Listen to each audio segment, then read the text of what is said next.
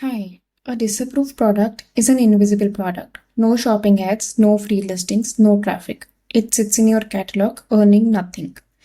Google can flag your products for more than 50 different reasons. Most sellers only ever hit the same handful.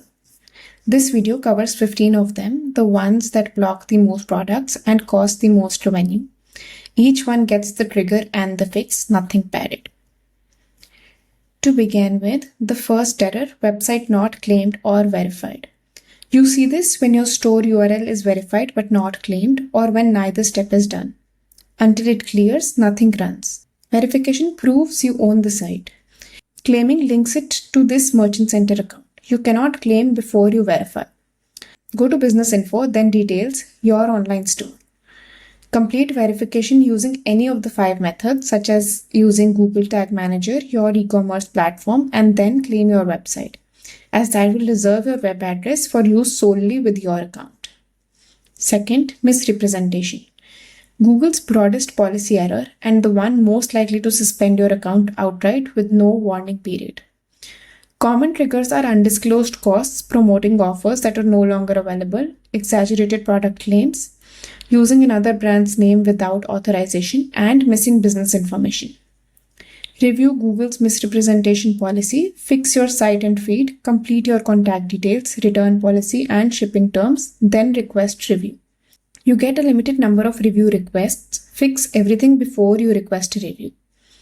Also, since checking and verifying the entire policy can be tough, Nabu offers a free misrepresentation checker that performs a detailed audit across 22 Google shopping policy checks.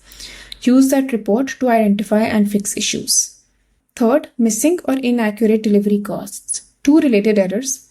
Missing delivery costs means you have not supplied a delivery cost for a country that requires one, and the products stay disapproved until you do. Inaccurate delivery costs is the more serious one.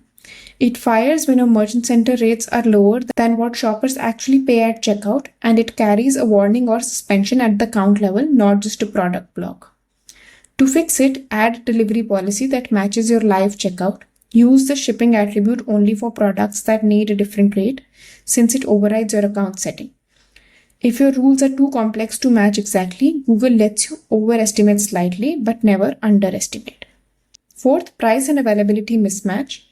Google crawled your landing page and found a price or availability status that does not match your feed. Similar fixes for both, so I'm covering them together. The usual culprits are a long gap between your store data updating and your feed updating, or structured data and open graph tags on the page carrying a stale or duplicate price or variant mismatch. Ensure that at all times, price and availability values are in sync across your real-world physical inventory, merchant center, product data, website page, structured data, open graph tags, and all verifiable sources. Fifth, unable to view store on desktop or mobile. Google could not load the URL in your link attribute or the mobile link attribute for the mobile version. 4 causes cover almost every case. The page returns a 404, there are too many redirects before the final page, your server is throwing 5xx error, or robots.txt is blocking the crawl. Open the URL yourself first. If the product is genuinely gone, remove it from feed rather than leaving a dead link. If the page is live, check robots.txt for a rule blocking ad spot Google, since that is what checks landing pages. Or if you're noticing HTTP 5xx errors, check and fix your hosting setup or any server problems and resubmit your feed. 6. Mismatched domains. Your product landing page URL does not sit on the domain you verified and claimed in Merchant Center. This usually happens after a domain change or when one feed carries products from more than one domain. Make every link attribute value match your claimed domain exactly, then re-upload. If you recently changed store URLs, verify and claim the new one before you push the feed. 7th, different product landing page. Google opened your link and detected the page does not show the product mentioned in your feed. It happens when you add the incorrect landing page URL in your Merchant Center feed, when a variant URL loads the wrong variant, when an out-of-stock item redirects to a similar product, or when the feed lists a single item but the page sells a bundle. The fix is to ensure that every URL lands on the exact product with matching title, description, condition, currency, and image. Variants need their own URLs with the right option pre-selected. 8th, invalid image link or format. These are two related errors again. Invalid image link means the URL does not resolve to a usable image. Invalid image format means the file type for your primary or additional image has issues. For an invalid image URL error, ensure that the URL starts with HTTP or HTTPS, uses URL encoded characters for symbols, and is scrollable. Also, only one image link value per product is accepted. For formats, ensure that you submit the file in an accepted format form, JPEG, WebP, PNG, etc. A detail that catches a lot of Shopify stores, the file extension has to match the actual format. A PNG saved as JPG throws an unsupported image type error. Test any suspect URL in an incognito window. If it does not load there, Google cannot load it either. 9th, image too small. Google's image spec now states a minimum of 500 by 500 pixels for all products, with that requirement taking effect on January 31, 2027. Google recommends around 1500 by 1500 for best performance across listing formats.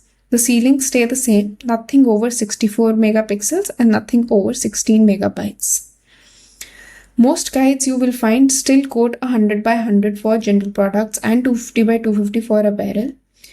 If your catalog was built to those numbers, it is going to fall below the new floor. Audit your image sizes now rather than in January 2027, and when you replace an image, submit a new unique URL because reusing the same URL can take Google weeks to recrawl. 10th, text on image. Google found promotional elements covering your product image. The banned list is longer than most people expect. Calls to action, sale offers, free shipping or warranty text, price information, condition or compatibility levels, watermarks, barcodes, borders, and brand or retailer logos unless the logo is physically part of the product. Strip the overlay and resubmit. Resubmitting the whole feed triggers a fresh review rather than waiting on a partial one. Invalid GTIN in unsupported format. Your GTIN is in the wrong length, contains invalid characters, or fails the check digit. Google accepts 8, 12, 13 or 14 digits. Spaces and dashes are accepted but ignored, so a dash will not break it, letters will.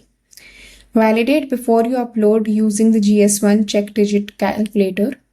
Also, avoid submitting GTINs for products that don't have an assigned one. 12th, limited performance due to missing identifiers, GTIN, MPN, brand, etc. Not a disapproval, your product ads still run, they just match fewer searches and their performance and visibility will be limited. If the product is mass manufactured and has an assigned GTIN, submit GTIN, brand and MPN. If it has no GTIN, submit brand and MPN together. For genuinely one-of-a-kind or vintage items with no identifiers at all, set identifier exists to false or no. Do not do this catalog-wide just to clear the warning because that misrepresents products that do have identifiers. 13. Missing size, color, gender, age group. Apparel and accessories require all four. Miss any of them and the products get flagged. Add accepted values for all attributes. Once done, resubmit your feed. 14. Invalid title or description too short.